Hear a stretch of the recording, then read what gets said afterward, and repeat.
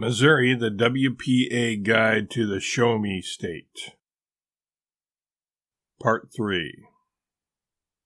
In 1835, the Clemens family, then living in Tennessee, received a letter from James Quarles, a relative of Mrs. Clemens, urging that they move to the 4-year-old village of Florida. Genial Uncle James, whom Mark Twain later portrayed as Colonel Mulberry Sellers in The Gilded Age, was perhaps the wealthiest man in the village. He had a store, a good farm, and some 30 slaves. When the Clemens family arrived, he offered John Clemens a partnership in the store and encouraged him to renew his law practice. The village was growing. Before long, it boasted 3 mills, 4 or 5 distilleries, a pottery, a hemp factory, and in 1837, the Florida Academy. Its early promise was never fulfilled, however. Other communities soon surpassed it. In 1837 or 1838, Quarles and Clemens dissolved their partnership. Clemens established a store of his own and continued to practice law.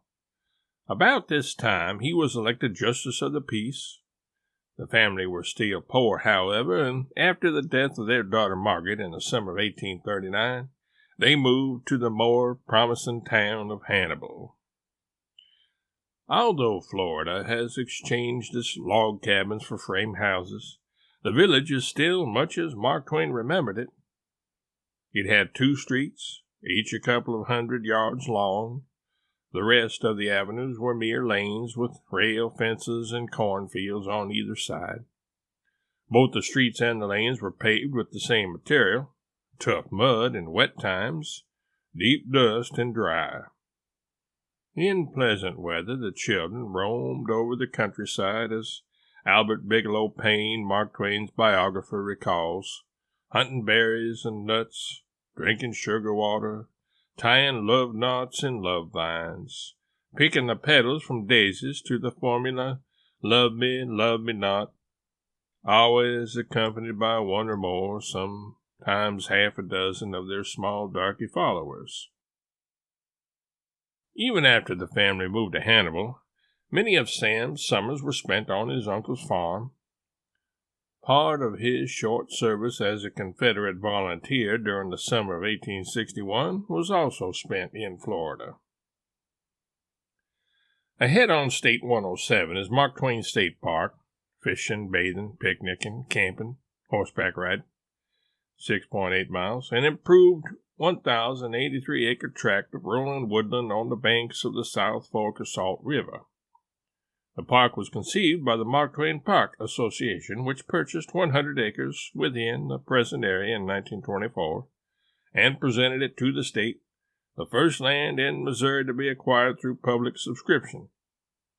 Immediately within the park gates, beneath a white open-sided shelter, is the Mark Twain birthplace, which was moved here from its original site in Florida in 1930.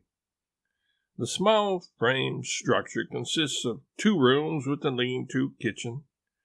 It was occupied by the Clemens family upon their arrival in 1835, when it was probably almost new.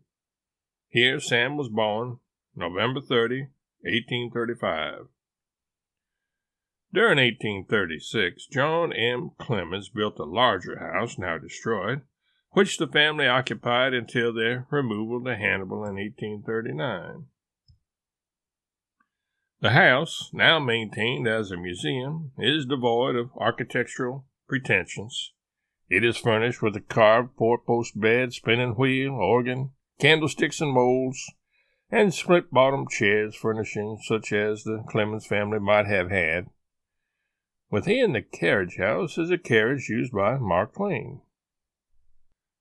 Left on County AA, an all-weather road, to graveled Mark Twain Cave Road, 2.3 miles. Right here, 0.3 miles to Mark Twain Cave. Open daily. Admission, $0 for a conducted tour, which was discovered in the winter of 1819-20 by Jack Sims, a hunter. At first, it was called Big Saltpeter Cave, because a large quantity of saltpeter was manufactured from the bat guano found in it.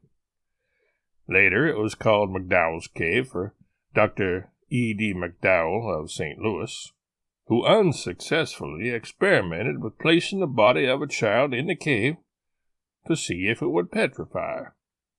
It was he who erected the first doors to the cave. Sam Clemens was never lost in the cave, as described in Tom Sawyer, but the incident of Indian Joe was based at least partially on fact. The Indian, a dissolute reprobate, was lost there once and was living on bats when they found him.